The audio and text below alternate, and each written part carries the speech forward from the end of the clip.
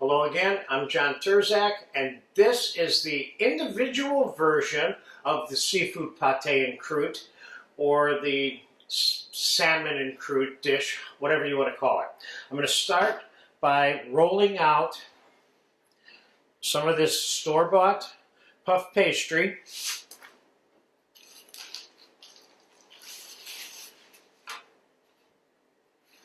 I don't want it quite as thick as it comes from the store, but I'm not going to roll it out a tremendous amount either.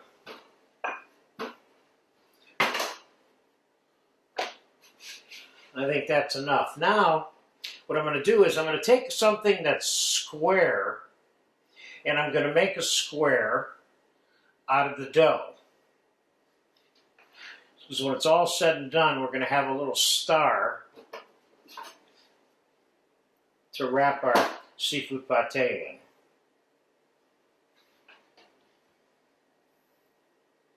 It's very important that it is a square because, as you will see in a minute, it all has to wrap together.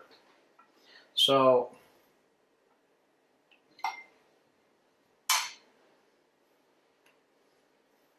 let's start by putting a splash of egg wash in the middle on the bottom. Let's put a piece of salmon.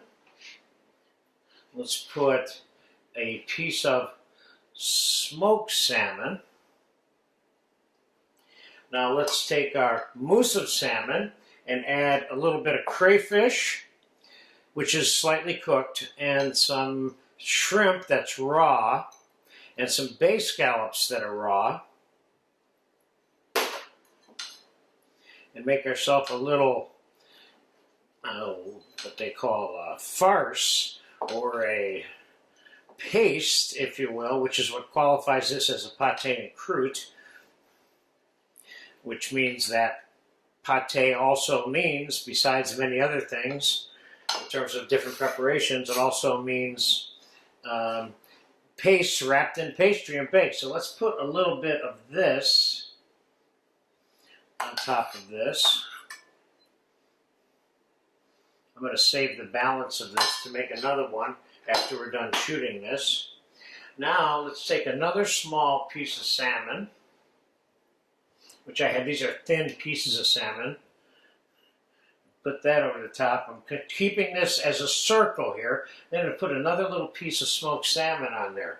Now, let's stretch the tips into the middle to overlap each other, like so, okay?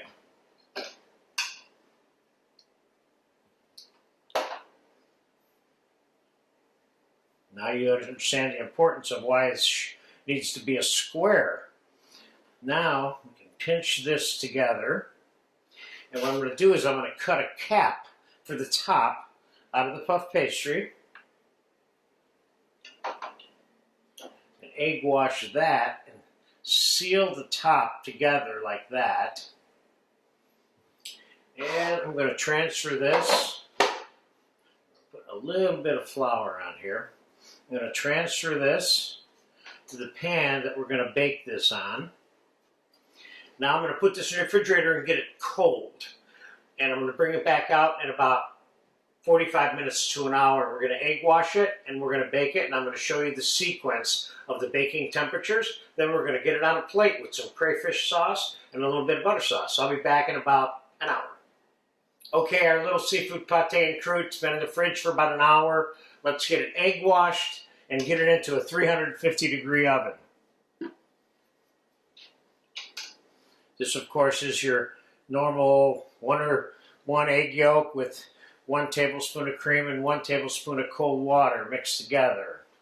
That's my favorite mixture for egg wash anyway, because it browns more with the egg yolk and cream.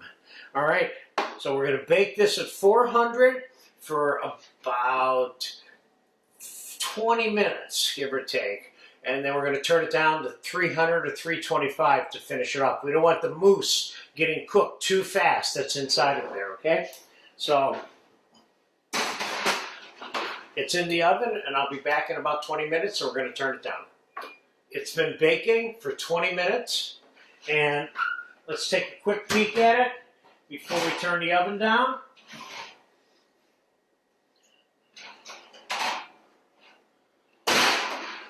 As you can see, it's popping right along. Now I'm going to turn this oven down to 300 to finish off this baking process. And so I'll be back in about 10 minutes and it's going to be done. It's been that additional 10, 12 minutes and it's baked and it's done. Keep in mind that this one cooks faster than the version that's baked in a loaf. So, as you can see, this looks pretty good. Let's put her on a plate. I'm not going to put the lemon butter sauce with this, just the crayfish sauce, but you know, just any sauce you want to put on here. Shrimp sauce, lobster sauce, crayfish sauce, dill, lemon, cream sauce. If you want to put a coulis underneath this, no problem. This is a fun item, and you can make it up to the point where it's in that fridge and take it out and egg wash it and pop it in the oven when you're ready. Let's just put a little squiggle of olive oil in there for fun and a little pinch of chopped parsley.